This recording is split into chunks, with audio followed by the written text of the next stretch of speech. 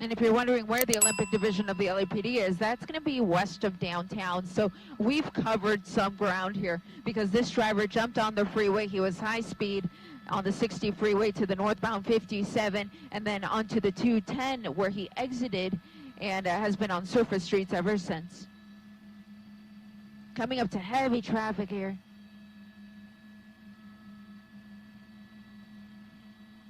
Whoa.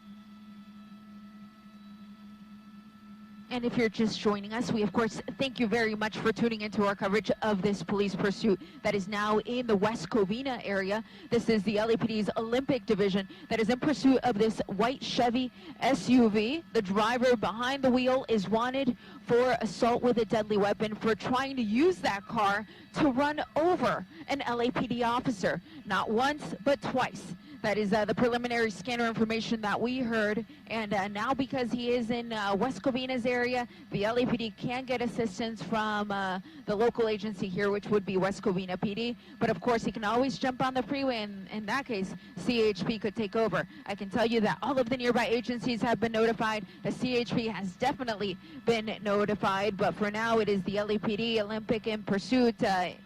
Not only on the ground, but also in the air. The police black and white helicopter is overhead. Okay, so I'm hearing that if he gets back on the freeway, CHP will take over, but he just passed his chance to get on the freeway there. So for now, going to continue here on surface streets.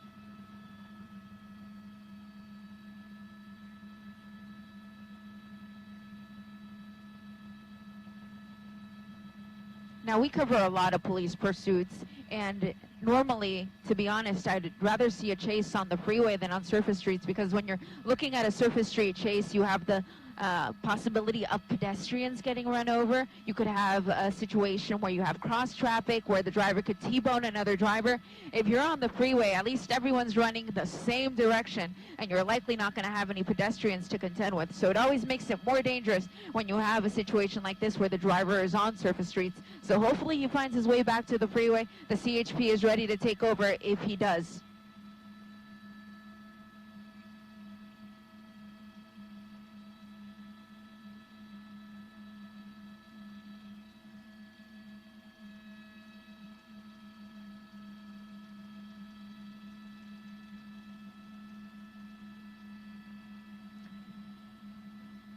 Azusa through Vine, still in West Covina. Now those windows are very darkly tinted. I can't see inside to even try to figure out if anybody else is in there with him. So at this point, we're just going to go with one occupant, described as a man, wanted for assault with a deadly weapon out of the LAPD's Olympic Division, which is just west of downtown. It's a pursuit that started on surface streets and eventually hopped on the eastbound 60 freeway to the northbound 57 to the westbound 210, where he exited at baseline and has been on surface streets ever since in the Azusa and now West Covina areas.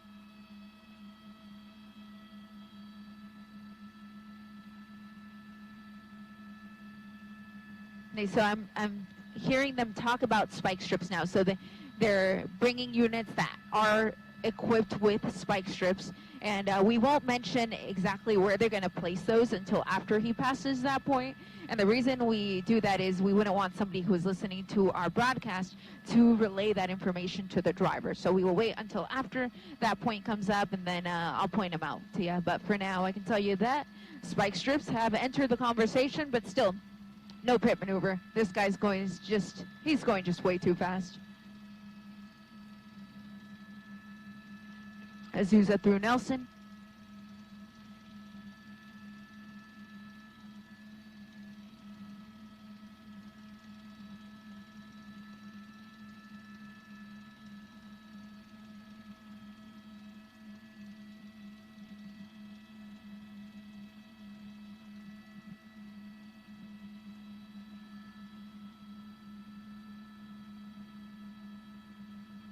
Coming up to a stale red. Oh gosh.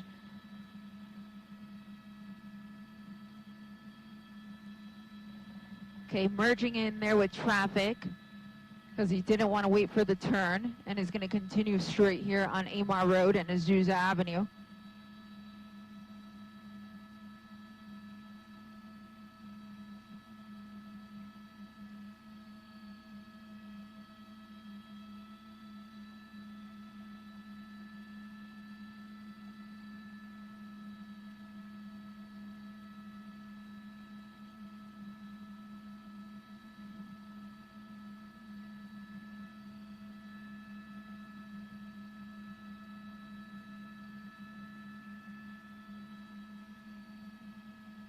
So I'm hearing that some of the LAPD cruiser vehicles are starting to have trouble, and that's because they've been chasing this guy for a while. And I told you just a few minutes ago that some of them were starting to get concerned about their fuel situation or their gas situation, and so that's why they wanted the California Highway Patrol to come take over. So I am hearing that one cruiser is starting to have issues in that respect.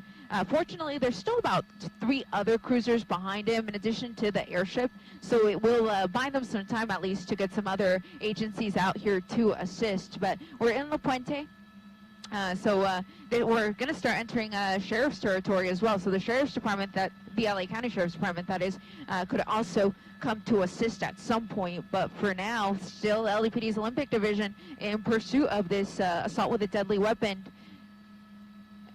There we go, making that turn. I didn't want to miss that turn. I was afraid that car was going to hit him. Just made that turn onto Soleil Street from Azusa. So this is a residential area. Now, in terms of where this car comes back to, it comes back to Rialto. So Rialto is going to be east of our present location by quite a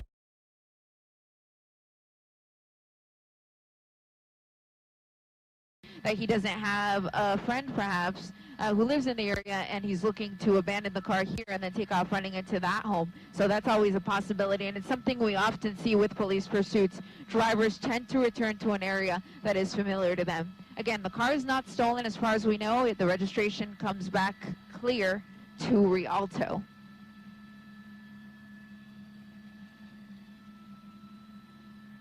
Made that turn there onto Hurley. I'll widen out the shot. I just want to show you where this is at. So this is as residential as you can get, and that is always very nerve-wracking because you have the possibility of people being out and about, just walking around, riding their bikes or what have you. So that really does make for a more dangerous situation than when he is on the freeway, for example. So making continuing straight. I thought he was going to turn, but continuing straight on Hurley. And making another turn. So this, you know, his pattern, the way that he's turning makes it seem to me like he is familiar with this area, because it seems like every turn is quite methodical. So perhaps this is a situation where we're going to see him try to ditch the car and take off running. But for now, continuing here in the San Gabriel Valley, just off of Doverdale and La Puente. That's the airship overhead. That's the LAPD airship.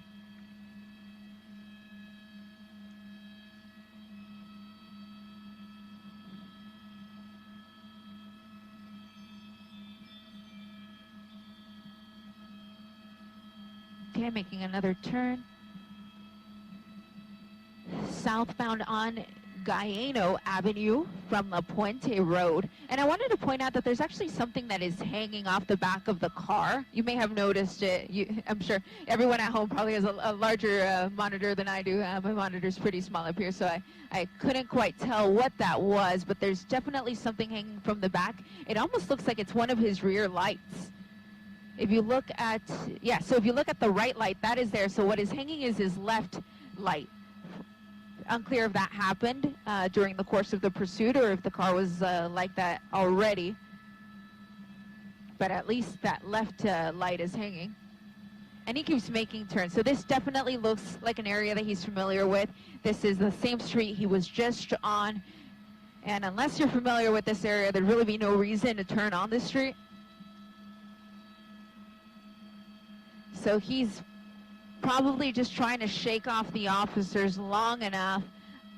Somebody just threw something at him. Did you guys see that? Somebody was on the sidewalk on the top of the screen and threw something at the driver. So perhaps that's somebody he knows, perhaps it's not. but I definitely saw whoever was on the sidewalk throw something at the driver.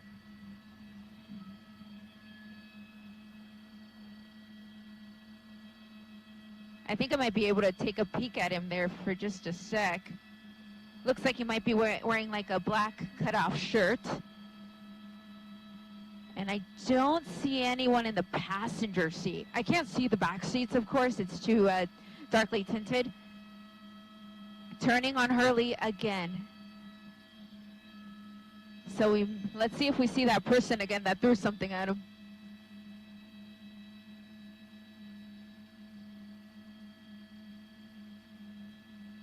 Yeah, the LAPD is pretty confident that he's going to pull over here, and there he goes.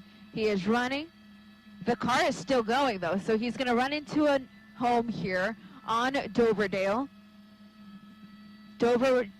and Richford Avenue. So he ran into this home.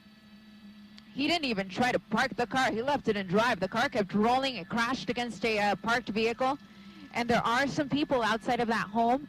LAPD officers are approaching now. They know exactly where he went. So they're going to do a quick search of the vehicle to make sure that there is nobody else inside, and then they're going to start focusing their attention on the actual home. I'll try to get you a rooftop number here so we can at least get a block number. So we're looking at about the 400 block. Okay, so we're looking at the 400 block of Doverdale. There's all the officers who were in pursuit of this person. There's those two women who were outside of the home. It's unclear if they know this person, but they were outside of the home when he came to a stop. And there's an additional man there sitting up against that vehicle. He may possibly be a resident of that home. And you see the officers are trying to talk to those women. The officers are just trying to clear them out of here because they don't want them to be in a crossfire situation potentially. But it looks like they're trying to reason with the officers as to why they shouldn't be set off to the side. But now you see the officers there. And then now they're going to forcefully move some of these women out of the way. Here's the man who is sitting on the trunk of that vehicle. They're going to gently escort him over. He appears to be an older gentleman. But this is the property where we saw the driver run to at the end of the pursuit. We have not seen him come back out. So he is likely inside. And these types of situations often become barricades and could potentially mean that the SWAT team might have to come out here. I can tell you that a police canine will definitely come out here. That's just standard procedure for these types of situations where somebody runs into a home. And let me drop off the speedometer now that the vehicle is no longer in motion. Again, there's those three individuals that were out on the street when this pursuit came to an end. They may perhaps know the individual, or they may just be so shocked by everything. But there's the home. We last saw him running into the driveway area.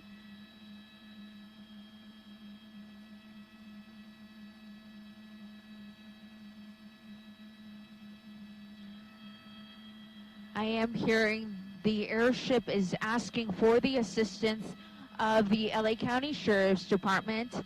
This is their territory, so they want the Sheriff's Department to come out here and establish a perimeter. They're pretty confident that he's in that home, but just in case he's able to get away from the home for some reason, they want to make sure that all of the nearby streets have at least one officer or deputy at every corner ready to take that man into custody. Now I'm going to push in here. This is the property that is adjacent to where he ran into. This appears to just be the homeowner of that home. Probably wondering what all of the commotion is overhead, because of course you've got the LAPD airship overhead, and I can guarantee you that all of the sirens from the officers probably made a lot of noise in this neighborhood that this particular neighborhood probably isn't used to.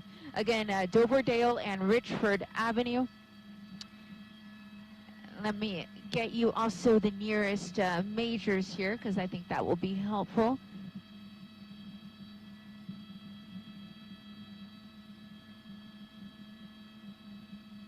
So we are just north of the 60 freeway. I want to get you the nearest major cross.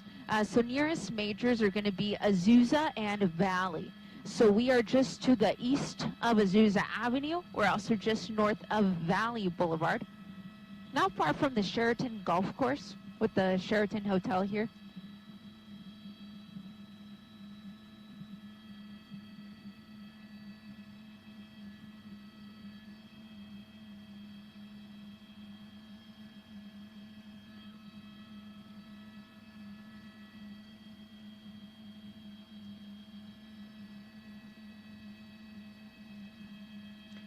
And if you're just joining us now, I'm going to quickly recap what happened. The LAPD's Olympic Division was in pursuit of a man wanted for assault with a deadly weapon on a peace officer. He attempted to run over an officer at least twice, is what we're hearing, with this Chevy SUV.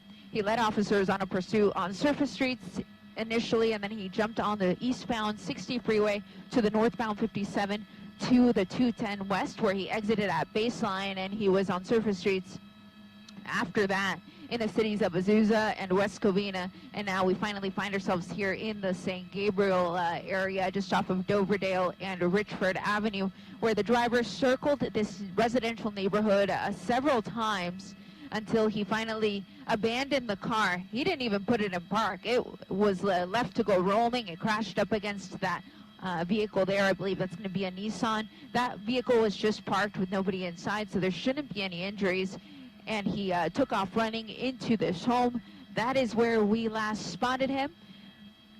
What is happening now is that the LA County Sheriff's Department has been asked to come and assist and set up a perimeter in the area, just in case the driver is able to exit the home and takes off running. They would be able to take him into custody. But again, last spotted at this home here on the 400 block of Doverdale Avenue.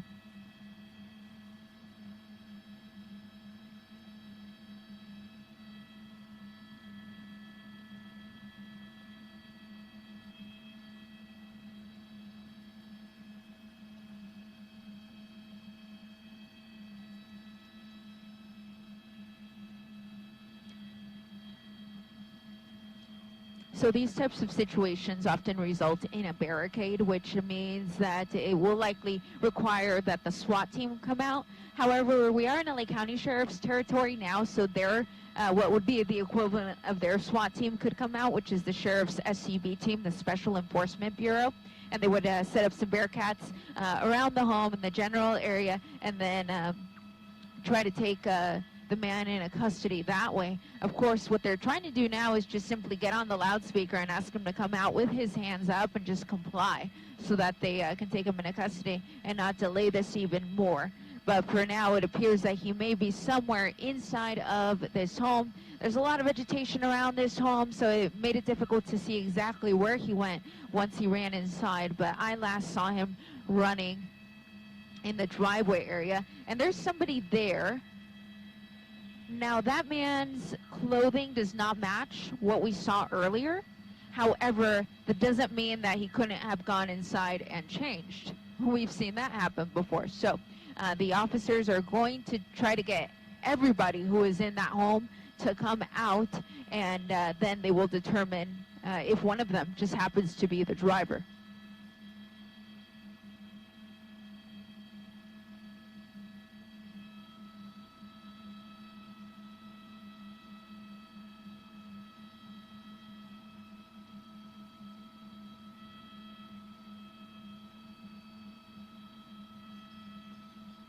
Okay, here's some people coming out. I'm going to go in my doubler so we can take a good look at them. It looks like it's a young girl with her dog, and a gentleman there in the gray shirt, and then another young woman. Now, don't be surprised if you see the officers handcuff the gentleman, not because he is the driver, but they just need to be sure. And considering that the person they saw run inside was a man, they want to make sure that they take anyone who remotely matches the description into custody, or at least detain them just long enough to figure out who is who. But they let him walk back in. So perhaps he told them that he needed to get somebody else out of the home. We did see right when we arrived that there was an elderly gentleman out in the driveway, and officers were able to escort him away. So this could be a situation where that man went back inside because there's another elderly person that needs to come out, and I think that's exactly what it is. You'll notice that there is a woman with a walker who is being escorted out with the assistance of that gentleman.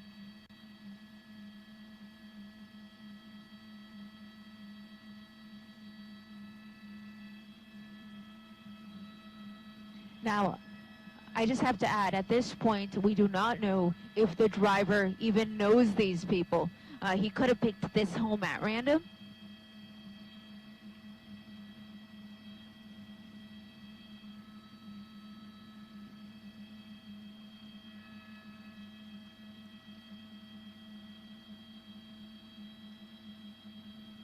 So he could have picked this home at random, or he could know these people, he could even live here.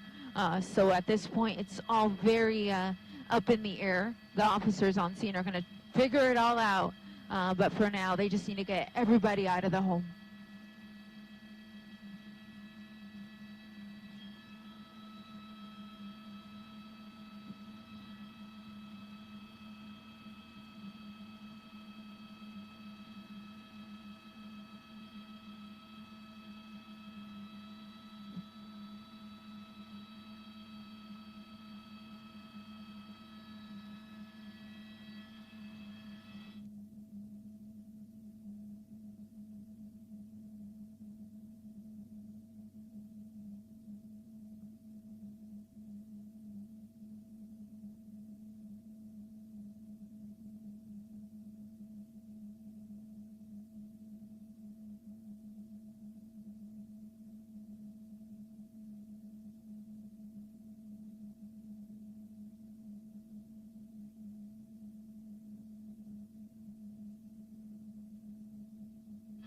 And on the microwave, Kevin, yes, I can copy you. Go ahead.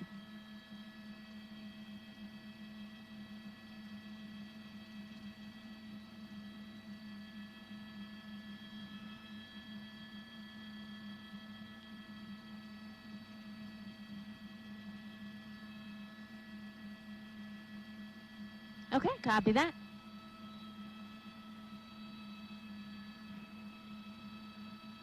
And for all of you watching us at home, I was just talking to Kevin at our assignment desk. We were trying to figure out what the game plan is going to be from here on out for us. We do have a ground crew on its way. They're almost here, and they're going to continue covering this story for us for the NBC4 News coming up later this evening.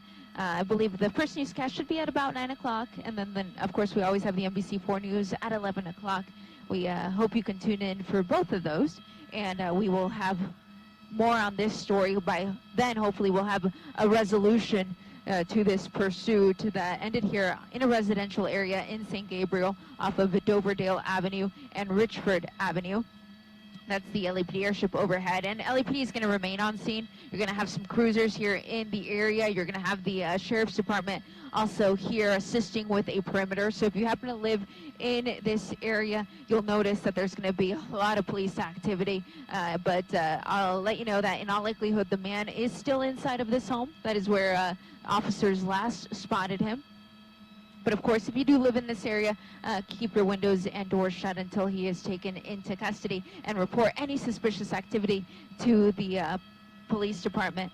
But for now, I just want to thank you once again for tuning into our coverage of this pursuit. I'm Eliana Marino in News Chopper for Bravo, along with my pilot, Fluvio. Thank you very much for watching, and we'll see you later this evening.